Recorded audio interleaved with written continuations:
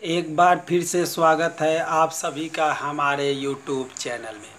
आज हम पढ़ेंगे कक्षा 12 फिजिक्स। टॉपिक का नाम है फ्लेमिंग के दाएं हाथ का नियम।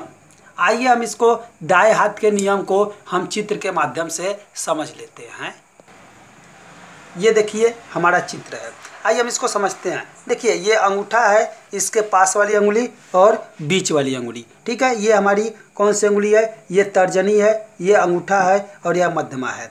यदि हम अपने क्या है दाएं हाथ को हथेली को इस प्रकार फैलाएं कि जो ये अंगूठा है या किसकी दिशा को प्रदर्शित करे, चालक की गति की दिशा को या चुंबकीय क्षेत्र की दिशा को प्रदर्शित करे, तो क्या होगा? तो ये जो मध्यमा अंगुली होगा यह प्रेरित धारा की दिशा को क्या करेगा? बताएगा। आइए हम इसको थियरी के माध्यम से समझ लेते हैं, नोट के माध्यम से। आइए हमारा नोट्स है।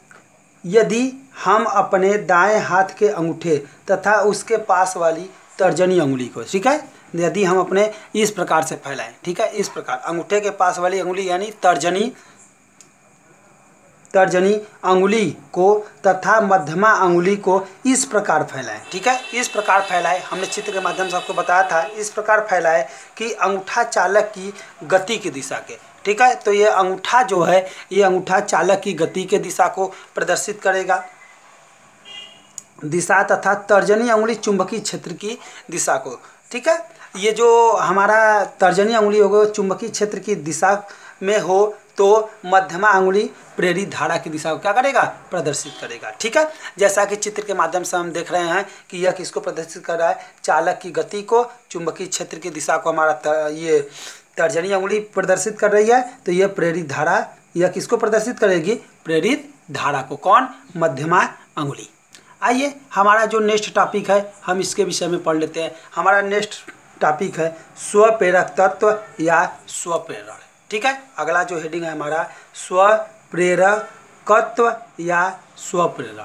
आइए ये हमारा स्वप्रेरण पहले होता क्या है हम इसके विषय में समझ लेते हैं।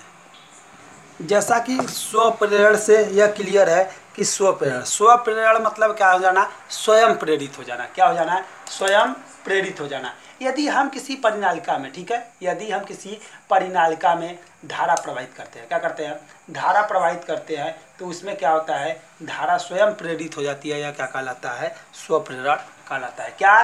स्वयं। अगर हम किसी कुंडली में अगर हम धारा प्रवाहित करते हैं तो वह क्या हो जाता है? उसमें धारा क्या हो जाता है? धारा प्रवाहित करने पर वह क्या हो जाता है? स्वयं प्रेरित हो जाता है, ठीक है, स्वयं प्रेरित हो जाता है। उसी को हम क्या कहते हैं? स्वप्रेरण कहते हैं, ठीक है। इसको हम थ्योरी के माध्यम से समझ लेते हैं। जब किसी कुंडली में बहने वाली विद्युत धारा, ठीक है, अभी हमने बताया बहने वाली विद्युत धारा के मान में परिवर्तन किया जाता है, उसके मान में क्या किया जाए? बार बार क्या किया जाए? चेंजिंग किया जाए, परिवर्तन किया जाता है। तो उस कुंडली में, ठीक है, उस कुंडली से बाह्य चुंबकीय फ्लक्स में परिवर्तन होता है, ठीक है। उस कुंडली से क्या होता है? बाह्य चुंबकीय फ्लक्स में क्या हो जाता है? परिवर्तन हो जाता है।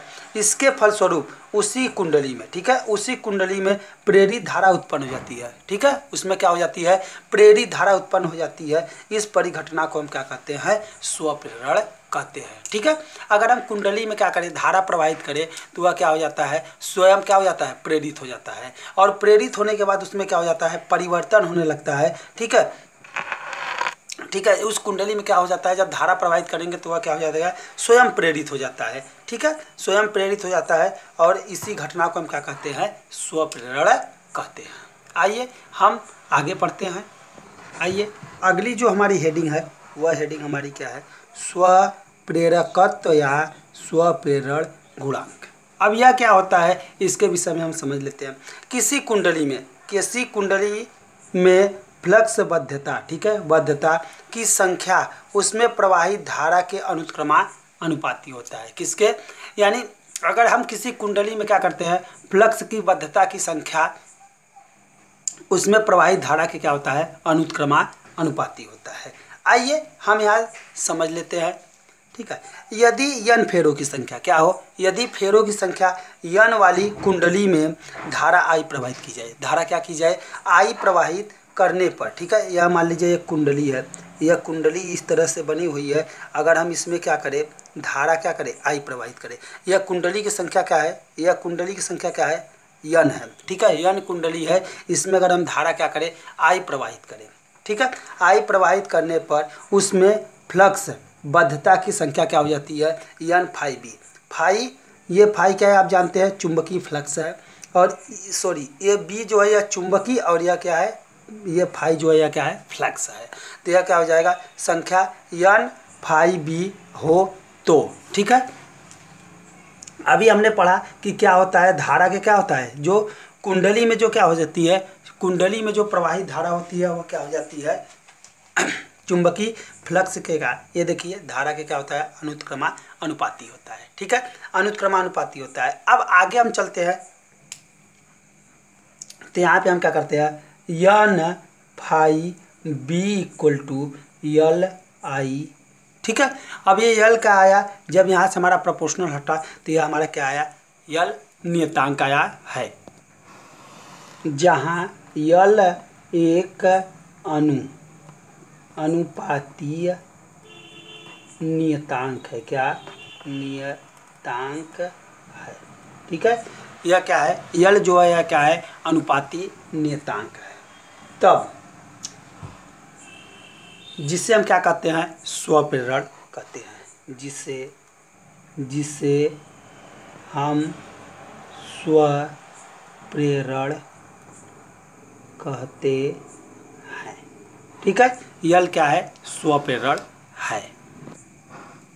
इसे हम मान लेते हैं समीकरण नंबर 1। अगर हम यहाँ से यल यानी स्वप्रेरण का मान निकालें तो क्या आएगा, आइए देखते हैं। तो यहाँ यन फाई बी इक्वल टू यल आई, ठीक है। अगर हम यहाँ से यल की वैल्यू निकालें तो आई इधर आ जाएगा, तो यहाँ हो जाएगा क्या, L equal to N phi B बटे में आई, ठीक है, ये हो जाएगा। अब आगे हम क्या करते हैं, आगे जो हम करते हैं, यदि धारा का मान क्या, यदि धारा का मान क्या हो, एकांक हो, मतलब आई बराबर क्या हो, 1 हो। तब यदि हम आई बराबर इसमें 1 रखते हैं, इस समीकरण इसको मान लेते हैं 2, यदि हम इसमें क्या रखते हैं, समीकरण 2 में हम 1 रखते हैं, तो हमारा यल बराबर क्या निकल के आया, यन फाई बी बटे में 1, ठीक है। अब देखिए यहाँ पे आ जाएगा L equal to N phi B, ये हमारा निकल के आया, ठीक है। आइए आगे हम समझते हैं। इससे हमारा यह निकल के आया कि यदि एकांक धारा प्रवाहित करें, यदि हम क्या करें, कुंडली में एकांक धारा प्रवाहित करें तो उस पर कितनी बद्ध चुंबकीय फ्लक्स होंगी, इतनी चुंबकीय फ्लक्स होंगी, बद्ध चुंबकीय फ्लक्स की संख्या इतनी होंगी। आगे हम समझते हैं। आइए हम इसके कुछ नोट पॉइंट के विषय में पढ़ लेते हैं। यहाँ पे लिखिए नोट, ठीक है। अब हम नोट पढ़ते हैं। नोट में हम पढ़ते हैं स्वप्रेरकत्व क्या है, एक अदिश राशि है, ठीक है। यह एक क्या है, अदिश राशि है, ठीक है। स्वप्रेरकत्व,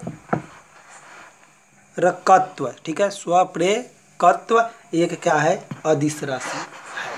अब दूसरा, हम ये पहला नोट पॉइंट था, अब हम दूसरा नोट पॉइंट पढ़ते हैं। इसका मात्रक, ठीक है, इसका मात्रक क्या होता है, हेनरी होता है, ठीक है। इसका एसआई मात्रक जो होता है, मात्रक होता है वह क्या होता है, हेनरी होता है, ठीक है। इसका एसआई मात्रक क्या होता है, हेनरी होता है। अब थर्ड स्टेप हम लिखते हैं, जो हमारा तीसरा स्टेप है, 1 मिली हेनरी, ठीक है, 1 मिली, ठीक है, 1 मिली हेनरी, 1 मिली हेनरी बराबर होता है 10⁻³ हेनरी, ठीक है। अब ये हमारा फोर्थ जो नोटेड पॉइंट है, फोर्थ नोटेड पॉइंट है, उसको हम समझ लेते हैं। फोर्थ नोटेड पॉइंट हमारा क्या है, ठीक है, 1 माइक्रोन, क्या, 1 माइक्रोन,